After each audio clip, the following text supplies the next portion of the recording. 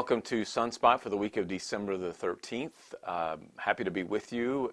This is our second show in what is a multi-part series with John Wiedemann. Hi, John. Good Hi, to see Scott. you. Good to see you. Just as a reminder, John is the daddy of little Ollie Wiedemann, who tragically was killed in 2019, August of 2019, in a murder-suicide by his mother. We have attempted, and I believe based on the responses, are getting the story clear in folks' minds about what happened, what led up to that tragic day in August of 2019. And today is just going a little bit deeper on other aspects of what I'm referring to as John and Ollie's story. It's certainly more than a story, it's a life. So we are happy to be with you. And again, the first show, actually we interviewed John months ago, just to let people know who you are. Yeah. And then, so that was really our first show, but as it relates to being specific about what led up to August 2019, this is the second show in a multi-part series. We expect to have a couple more, and every other week. So that's the schedule for us. So, how are you? I'm doing fine. Yeah? Doing fine. How are you feeling about the last episode, and have you gotten feedback, and what's that feedback been? I've gotten a lot of positive feedback on it, and I think people are just wanting to know really what happened. Mm-hmm. And you know, to me, this is more of protecting our children. Right. You know, this should have never happened to my son. Right. And had we had the proper facility in place with the proper people, it wouldn't have happened. Right. Exactly. So I think of people in America. There was years ago, and you may remember, there was a young lady named Polly Klaas out in California who was murdered. Not in the same. It wasn't a murder-suicide, but she was murdered by obviously the worst of humankind. And her dad, Mark, I think his name was Mark, took it upon himself to do things in America, to change laws, to create new laws, to protect and prevent children from experiencing the same thing. And we all know, I think most of us know who Adam Walsh is, who did the show on television. I can't remember the name of it, but America's Most Wanted, I think, whose son was killed. It was murdered, and he did something about it. I want folks to know here in Waxahachie that John has spent, gosh, at least the last 18 months, I think, working on some things. And we'll be talking about that in either, probably not in this show, but in the next couple of episodes.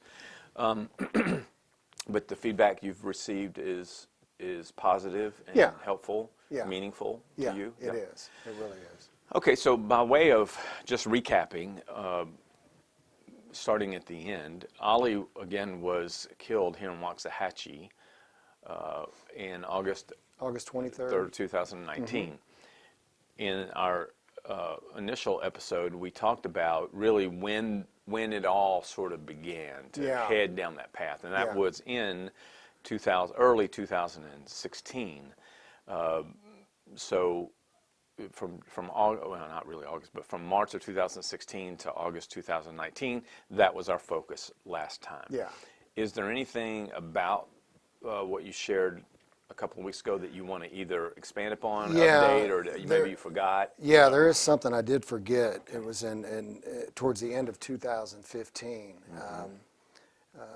Her brother had invited us to a get-together where there was going to be children and swimming and everything like that out in, I believe it was Combine, Texas. Matter of fact, it was. And I didn't think much of it. I thought, okay, there's going to be kids there, be his age, and so we ended up going. Right. And so we get out to Combine, and I didn't think much of it when I got there, and then I started walking around and everything like that, and I walked up to this table, and it had this bowl there. Mm-hmm. And I asked, what's this for? And it was evidently goat blood. Mm-hmm. And I found that being kind of disturbing, and then I just kind of looked around, and I thought, this is really different. This is not where we need to be, especially our son. You know, he's raised in a Christian home, and I didn't want to be around that environment. Right. So I told his mother, I said, let's leave. I don't want to come back here. Don't bring our son back here anymore. And I don't know exactly what her thoughts were on it, but I know that we didn't stay all day. But while I was there, they did take my picture, and I thought that was kind of strange. So, anyways, that's something I did forget. Yeah. And then not too long after that, that's when I was actually, set up. And I didn't see that coming. Yeah, right. So in the last episode, we discussed a number of things. Again, to recap, and I'm going to use this, what you just shared, a way to add to that. But we talked about how in August of 2016, really the trouble began, and you were, through that course of that year, you experienced... Actually, it was March 2016. What did I say? August. August, I'm sorry, March. I get August and March That's all mixed right. up. March of 2016, Yeah. when this really began, and John was exposed to a period of time when he didn't know where his son was, didn't have any communication with Ollie. Yeah. There was deep concern about Ollie's safety. Yeah. There had been an episode, and we shared it in last week's show, or the first show, where there was a 911 call about Ollie being at your place and his mother showing up to take him and that sort of thing. So this actually, your visit to Combine comes just before that, correct? Yeah, correct. So we ended the last show with a discussion, or the introduction into what we define or describe as a cult. And the name of the cult is Woden Folk. I always have trouble saying that word, 2 words, but Woden Folk. And so when you hear John talking about going to I guess what sounds like a party, fun party. I thought it was just a get together, and I had met Ollie's uncle's one of his friends, and he seemed like a really decent. I didn't know. I didn't know what it was. I just. Yeah, at the time, in real time, you had no reason to believe it was anything other than a party, but it had a bowl of blood. I guess you don't find the parties I've been to. I don't. I questioned it, remember. and when I heard that, I was like, okay, this is not where we need to be. So as you look back now, knowing what Ollie was ultimately exposed to, you can see that for being what it was. Yeah, I assume. Exactly. Yeah. So that was the first exposure that your family, really, including Ollie's mother. Well, maybe not her first exposure, but it was certainly yours. I think it was her first. Okay. I'm pretty sure it was. All right, and it was certainly Ollie's, although Ollie at the time, none of you guys knew. No, we didn't what know. You were being exposed we didn't to. Know. So let's talk about starting at the end of 2016, which is kind of where we left off. You had been, although it wasn't official or certified or whatever you want to call it, until March of 2017. Yeah. You were essentially given full custody of Ollie in December. Yeah, I believe it was December. And he came to live with you. Yeah. And you were living here in Waxahachie. We had to live in Ellis County. Ellis County. Yeah. And so you spent Christmas together. What was that like?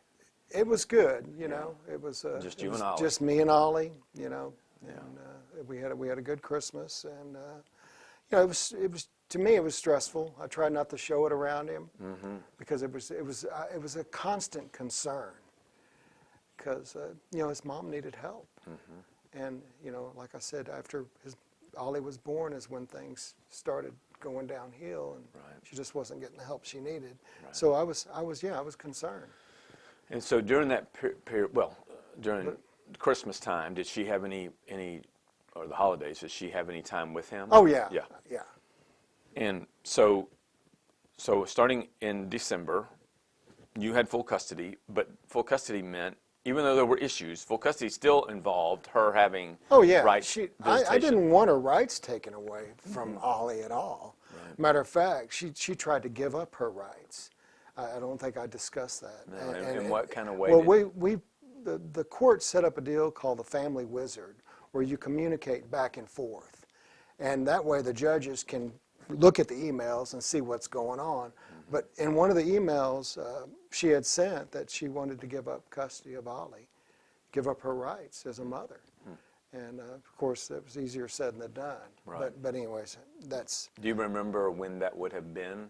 That was actually after the house fire. Okay, so that would have been in the fall of 2016. In the fall of 2000, Okay. September of 2016. All right. So we get to, again, the end of Yeah. December. You had him you had Ollie Yeah, for Christmas. yeah. She had him for some of the holidays. Yeah, it was back and forth. Right. I'd have him one Christmas, she'd have him one Christmas. So Right. And so we go into 2017. Was there a pattern like most divorced families? Was there a pattern every other weekend, first, yeah, third, and first, fifth? third, fifth, yeah. And were those supervised? At the time they were. It was like back and forth, you know, supervised, unsupervised, and then things started, Ollie started talking more. Actually, he was court ordered to go to the Donaldson Center. And of course, there was a social study being done by Mr. Fowler. Okay. And so the social study was going on. He was court ordered to go. They wanted him to go to the Donaldson Center. And I was told he was going there for coaching, to see if the child had been see if my son had been coached. And so he was going there for a little while, and turns out that's not what the orders. I found. I was told this by my attorney. That's why he was going there, but that's not why he was going there. He was just going there for parent separation. And so we couldn't. He was. I know he was speaking out about it, but they weren't willing to testify in court.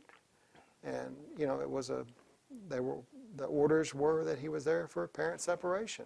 And when Ollie, would you take him to those sessions, or would his mother take Well, him? yeah, she would take him. Okay. And then I would take him. Okay. When you took him or picked him up, did he, I wouldn't say enjoy, but what was his attitude or mood like when he would go and be dropped off for a session, or when you would pick him up? Was he okay with it? Yeah, he was okay with it. Yeah. Yeah, I was concerned about that because you want to make sure that your child's comfortable with that therapist. You want to make sure that they can interact and everything's okay. So he was fine with it. Were you able to ever see the therapy session either on video or anything other than it being transcribed or a report being given to you? Yeah, we would actually be in therapy together. Okay. As a parent, so Got it. everything was fine. All right. So, Ollie, this would have been in 2016. Yeah. Did that continue into 2017? No, it did No, not. it ended. No. All right. So, when you talk about the visitation rights with respect to 2017, was the order that the visits were to be supervised, or was there flexibility that they could be supervised or I unsupervised? think there were points where it was unsupervised and then supervised. Then Ollie started talking more about what was going on. He started talking about, this chasing the trolls. You gotta fight the troll, Jackson. Okay. Get the troll. Run! Get the Ollie. Yeah, Come on, Opie. Get the troll. Come on, let's get her. Run, Ollie. Oh, we're raising some strong little heathens around here. Just weird stuff. And then I got online and I looked up the uncle's Facebook and found some stuff, and that's when I came across the Woden folk, and I'd seen video of my son in there. I seen pictures of my son in there. Right. One of the pictures of him in his karate outfit is their future of their organization, and I was disturbed by it. I showed it to my attorney, and she was disturbed about it, and I actually didn't know where it was based in Ellis County, so I went to the sheriff's department and showed them, and I met Chip Hundley, Okay. and I can tell you he was in shock. Yeah. And he was disturbed by it. So, anyways, we did an order to go back to court because Ollie was first of all, I had to find a therapist that would connect with my son, and that would be willing to testify on and be a voice for my son. Right. And that's what I did. And so Ollie started seeing Catherine, the therapist, and so he started talking out and saying things, and then Chip Hunley, he testified in court, so we went to court. And Chip over Hunley this. was He's what? with the sheriff's department. Okay, yeah. All right.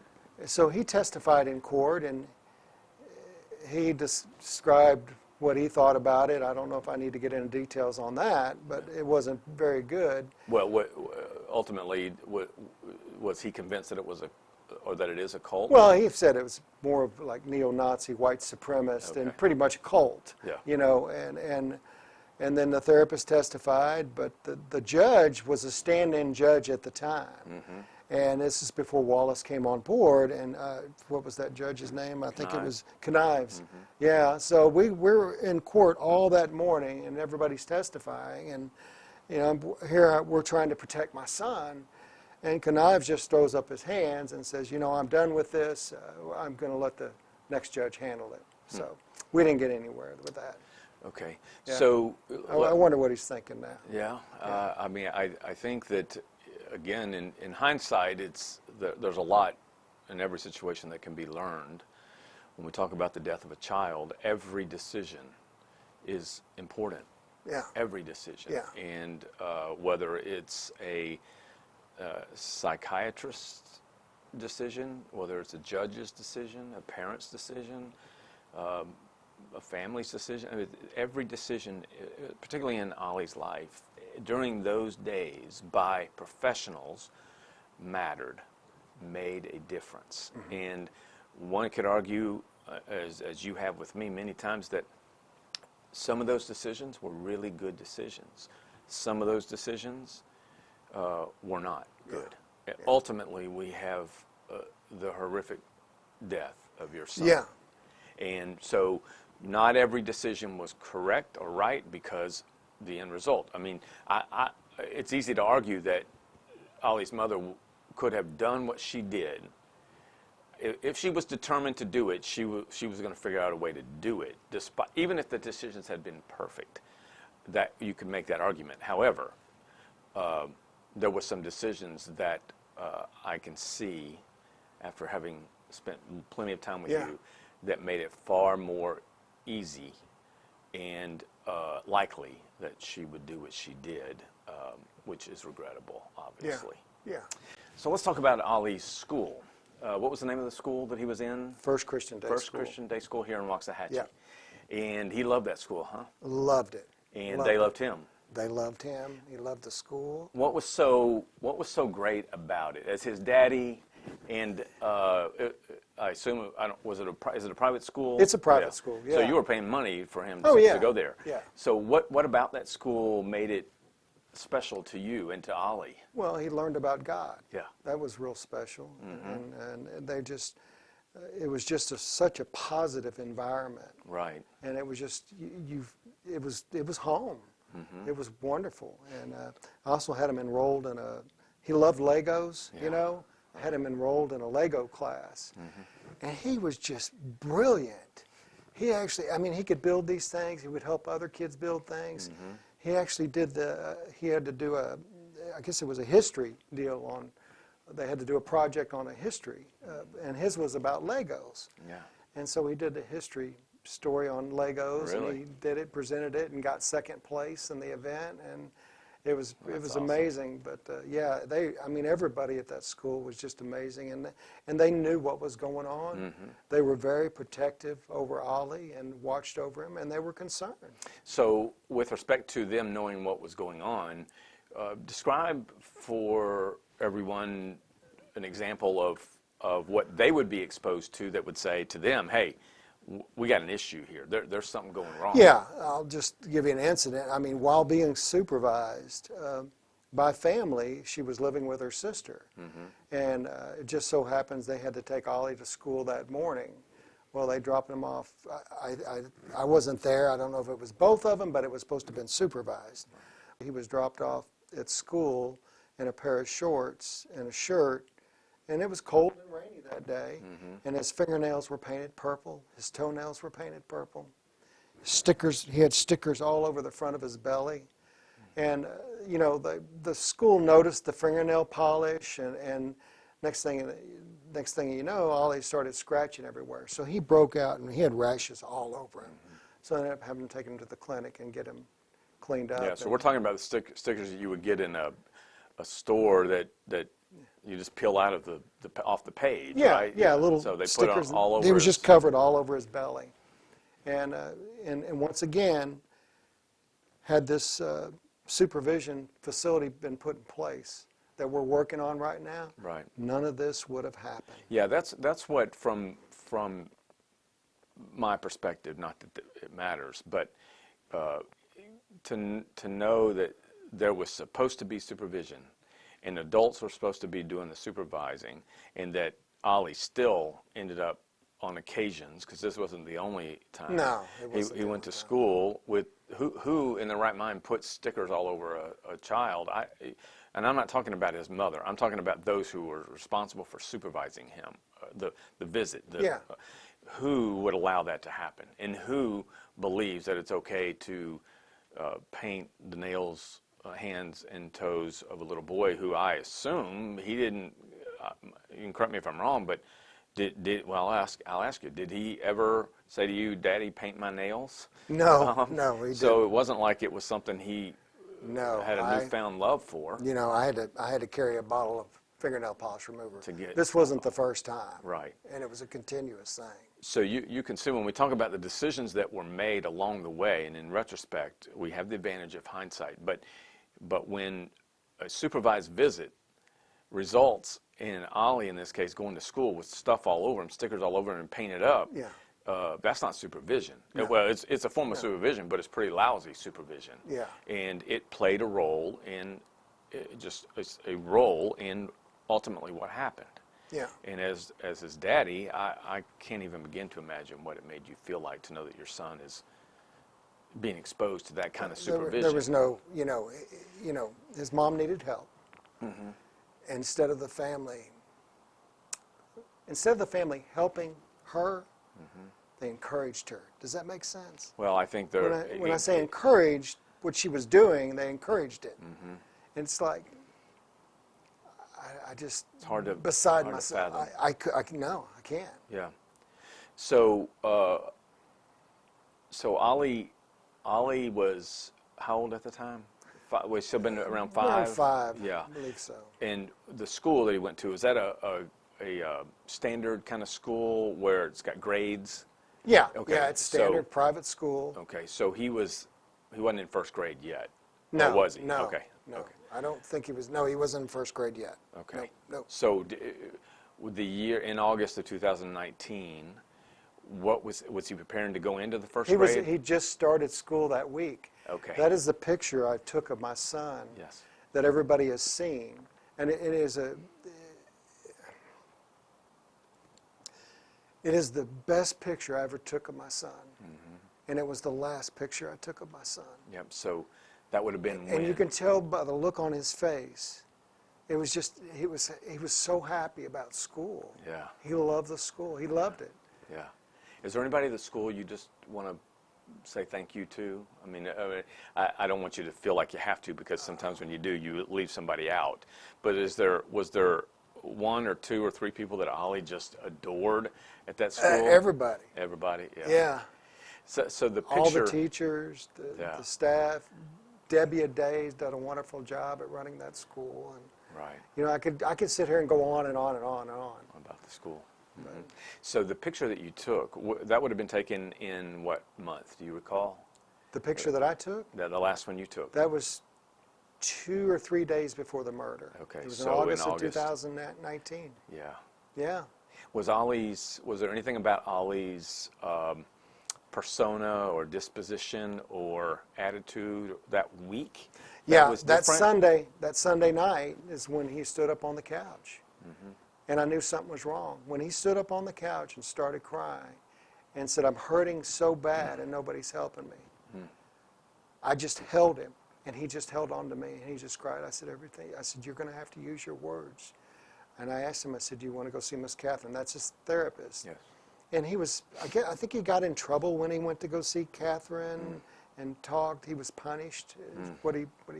He said he got in trouble every time but he said yes. So when he went to go see Miss Catherine, he started talking about the cemetery and Mom taking him to the cemetery and just very bizarre things, and that's when she contacted Child Protective Services Okay. and sent him a message. And she had contacted him before because of the things that he was saying. And of course, as you know, she did testify in court in regards to the, you call it cult, and nothing was done. But, Right. but yeah, it was just. So, it's amazing, more amazing every time we discuss it. It seems like, it brings up. I know for you, it must bring up memories of things that maybe you had either suppressed or had forgotten. I had forgotten. We can sit here and talk in this interview, Scott, and it'll just come to my mind. Yeah. I, When Ollie would go to school, so I do want to ask you this about just an ordinary week. You back then it was pre-COVID, so you were on the road with your job from time to time. before the COVID. Yeah. So would you take him to school and pick him up when you had him, or did Oh, you yeah. and his mother have an arrangement? No, so I would pick him up. She would pick him up. All the communication was done through the Family Wizard. There was no phone calls. We couldn't, because they were concerned that, I was set up once. It could happen again. Right. Yeah. So the role of when John talks about being set up, I've often said, and I certainly believe, that divorce will always be with us. Those of us that have gone through it, it will always be with us. It might ultimately have been a wise decision for a variety of reasons, but there will always be a burden associated with divorce. And some go well and amicable, some aren't. And obviously yours had all kinds of issues embedded in it. Yeah. When you talk about this wizard, what's it called? Family Wizard. Family Wizard. Yeah. It reminds me of how easy it is and how often we hear about divorces that are not amicable, that are really nasty, where things are either erased on cell phones or manipulated, or all kinds of things can happen. Yeah. So this Family Wizard sounds like to be a platform upon which it can't be manipulated. Is that fair to say? That is correct. Did you use it a lot? I used it. We used it a lot. And so she did as well. She did as well. Was it just the two of you, or were there other people No, engaged? it was just the two of us. you. Yeah. So, and you could access that via your phone, your Phone, laptop, desktop, anywhere, anyway. Yeah. Matter of fact, when she didn't bring him to school that morning, the morning of the murder, I sent her a message to the Family Wizard. So. That sounds like a powerful tool. Yeah, I help recommend parents. every court use it. Yeah. So I do want to mention that at the end of our series here, we will close out with John being able to share with you some of the incredible things that you've done, like Adam Walsh and Mark Klass and other men and women, mothers and fathers who've lost children. Tragically, there are those who say, I'm going to work to change things in this country. And in your case, you have. And I don't want to jump the gun here because I want you to be able to share it. Yeah. But you have spent about 18 months at least, I think, working hard with a group of people to do something to make sure this doesn't happen again, right? Exactly. Yeah. And I'm excited for John to be able to share that with you. Ollie deserves every bit of what John's doing. And I will say this, that by and large, 99% of the response that you've gotten, as you shared with me, and certainly we've gotten to these shows, has been positive and supportive and helpful and encouraging. There is a very small percentage of people, although they often are the loudest, to attack John. And it just is incomprehensible to me. We're talking about the horrific death of a child. Yeah. And yet there are people who are willing to overlook that and try to place blame on someone else. Yeah. Who, as what I've learned, has worked hard then and now to make sure that didn't happen. And that would be you. Yeah. So There are some people I want to thank, though. Okay. Jim Fowler was one of the first people I reached out to, and then he's the one that put together the team. So we got Jim Fowler, Patricia Quinn, Carrie Wilson, Steve Esselman. I may have butchered that, Steve. I'm not sure. And then Catherine Wall, his therapist. Yes. And we all get together, and they have been working hard, every one of them. And this is they're volunteering their time to put this thing together. And it's all coming together. And we met with Commissioner Lane Grayson, who's been he's a great help, tremendous guy, good Christian man, and he believes in this, and we're very thankful that he's on board with this, and probably by the 1st of January we'll have it all put together to present it to the county. Great. So that'll coincide with I think the final episode or episodes of this series. So again, to those out there who are listening, the idea, the purpose is for John to be able to share really what led up to this, I think, one of, if not the saddest day in the history of Waxahachie. And Waxahachie responded overwhelmingly that day, that night, that weekend, and we can't let that be it. In my view, we must honor Ollie's legacy by not forgetting Ollie. And there are those of us who won't, certainly his daddy won't, but I don't want this community to forget about Ollie Wiedemann. And so that's really the purpose here, is to honor Ollie. Before we close, is there anything else you want to add today? I just want to thank you and Sure. thank everybody for all their support. I appreciate it. Yeah. Well, you're very welcome, John. Most of all, thank God. Yeah, thank God. There'll be a reunion one day. Yeah. Yep. All right, that's it for Sunspot this week. It's the week before Christmas. Next week we will have our 45 minutes with David Hill of City Council to just update you on all city-related things. And then 2 weeks from this week, John will be back. We will be focusing in on the year of 2018 and part of 2019. Again, we want you to be able to follow this so that you understand how things progressed and ultimately got to August 23rd, 2019. So we'll be back in a couple of weeks. Again, thank you, John, for being here. Thank you, Scott. Merry Christmas. Merry Christmas to you and your lovely new bride. Thank Very you. exciting. For John Wiedemann, I'm Scott Brooks, signing off for Sunspot. Merry Christmas and Happy New Year. Bye.